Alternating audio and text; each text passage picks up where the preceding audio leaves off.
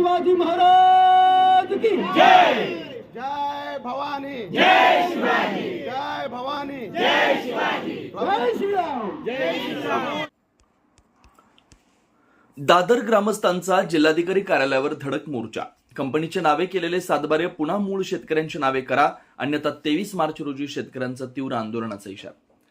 Pen तालुक्यातील दादर इथं SEZ limited कंपनीनं भूसंपादनाच्या अटीचं पालन न करता बेकायदेशीरपणे शेतकऱ्यांच्या शेतजमिनी कंपनीच्या नावे केलेले सातबारे पुन्हा मूळ शेतकऱ्यांची नावे करून आमचा सातबारा कोरा करा या मागणीसाठी दादर ग्रामस्थांनी जिल्हाधिकारी कार्यालयावर धडक मोर्चा काढला. या मोर्चामध्ये महिला, ग्रामस्थ, तरुण वर्ग मोठ्या संख्येने सहभागी झाले होते. जमीन आमच्या हक्काची, नाही कुणाच्या बापाची, आमचा सातबारा कोरा करा अशा घोषणा देत हा मोर्चा जिल्हाधिकारी कार्यालयावर पोहोचला. पेन तालुक्यातील दादर हे गाव भाताचं कोठार समजलं जायचं, परंतु सन 1989च्या महापुरात दादर गावची बंदिस्ती तुटली आणि तेव्हापासून दादर गावची भात शेती पूर्णपणे उद्ध्वस्त झाली. त्यानंतर इथं केंद्र सरकारनं सेज प्रकल्प निर्माण करून ग्रामीण भागात देखील उद्योगधंदे, कारखाने निर्माण करून ग्रामीण भागाचा विकास करून तरुणांना नोकरी, व्यवसाय व गरीब शेतकऱ्यांना विकासाच्या मुख्य प्रवाहात आणण्याचा उद्देश डोळ्यासमोर ठेवून रिलायन्स सेज कंपनीला पेन तालुक्यातील 24 गावं, उरण तालुक्यातील 20 गावं, पनवेल तालुक्यातील 41 गावं अशी 85 गावं भूसंपादनाची परवानगी देताना नियम, अटी, शर्ती ठेवत देण्यात आली होती. ज्यावेळी शेतकऱ्यांनी या आमिषाला बळी पडून करोडो रुपयांच्या जमिनी अल्पदरात स्पेशल इकॉनॉमिक झोन या प्रकल्पाकरता रिलायन्स कंपनीला दिल्या, परंतु ज्या उद्देशानं शेतकऱ्यांकडून जमीन घेतल्या तिथं आज 17 ते 18 वर्ष होऊन देखील आजपर्यंत कोणताही प्रकल्प, प्रोजेक्ट उभारण्याचं काम सुरू केलं नाही. भूसंपादनाच्या नावे बेकायदेशीरपणे शेतकऱ्यांच्या शेतजमिनीचा सातबारा हा कंपनीच्या नावे करून घेऊन सेज कंपनीनं व शासनानं शेतकऱ्यांची तांत्रिक फसवणूक केल्याचं दिसून येत आहे. त्यामुळे शेतकऱ्यांसमोर कुठलाही विकासाचा मार्ग दिसत नाही. पुढील पिढीचं आयुष्य अंधकारमय झाल्याचं दिसून आलं. त्यामुळे शासनानं या गंभीर प्रश्नाकडे प्राधान्यानं लक्ष देऊन सेजला दिलेल्या परवान्यातील अटी शर्तींचं कंपनीकडून झालेलं उल्लंघन याचा संविधानिक विचार करून गरीब शेतकऱ्यांच्या सातबाऱ्यावर बेकायदेशीर चढवलेले कंपनीचं नाव कमी करून मूळ शेतकऱ्यांची नावे सातबारा चढवून आमचा सातबारा कोरा करा आणि पेन ग्रोथ सेंटर या 3ऱ्या मुंबई प्रकल्पामध्ये आमच्या गावाला प्राधान्य द्या अशी प्रमुख मागणी सर्व बाधित शेतकऱ्यांनी केली. यावेळी रायगड लोकसभा खासदार सुनील तटकरे यांनी मोर्चास्थळी भेट दिली. त्यानंतर त्यांनी शेतकऱ्यांची बाजू ऐकून घेतली. यावर बोलताना त्यांनी सांगितलं की शेतकऱ्यांची मागणी रास्त आहे, कारण ज्या प्रकल्पासाठी भूमी संपादित करण्यात आली तो प्रकल्प दिलेल्या वेळेत पूर्ण न झाल्यानं त्याचा कार्यकाल संपलाय. शेतकऱ्यांना त्यांच्या जमिनी पुन्हा मिळायला हव्यात, यासाठी हा प्रश्न मी विधानसभेत आणि लोकसभेत मांडणार आहे, त्याचा पाठपुरावा करणार असल्याचं सांगितलं. तसेच जिल्हाधिकाऱ्यांना देखील तसं निवेदन दिलं असल्याचं त्यांनी सांगितलंय.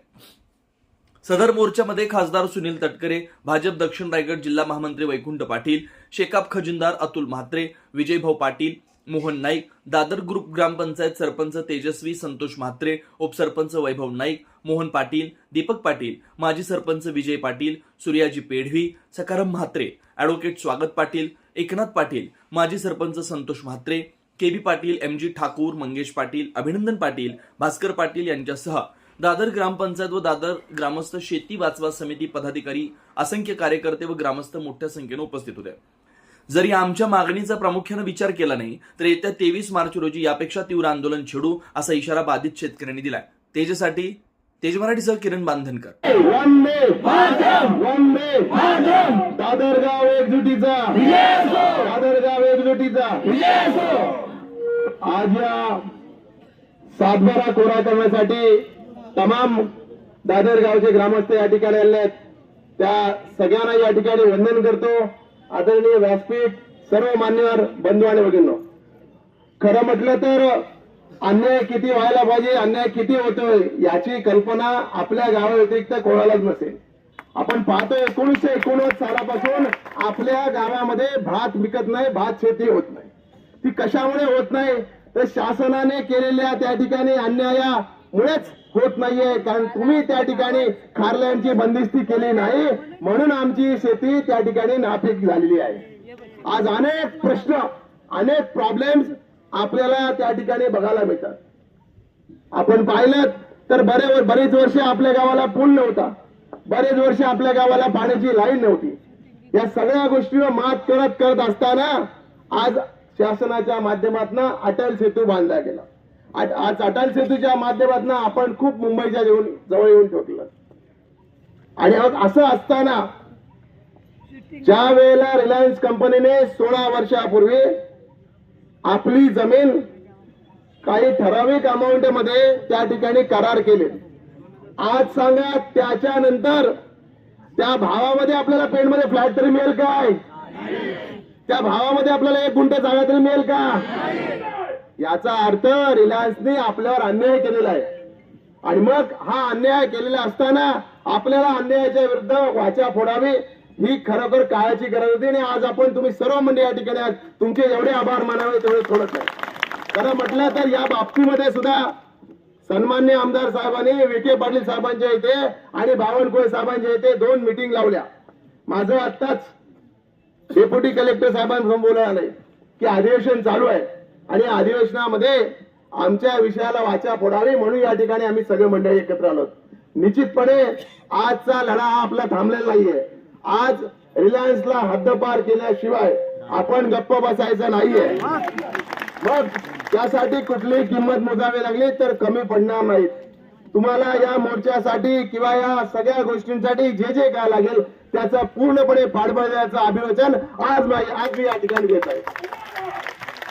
मला माहित आहे की लढाई सोपी नाही, परंतु लढाई कठीण पण नाहीये.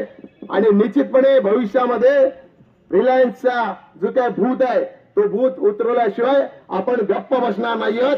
आपण हा न्यायाचा लढा जिंकणारच असा ठाम या विश्वास या ठिकाणी व्यक्त करतो. आणि आपल्या सगळ्यांना या ठिकाणी सांगतो की आजपासून आज आपली लढाई सुरू झाली आहे आणि लढाई थांबवायची नाही.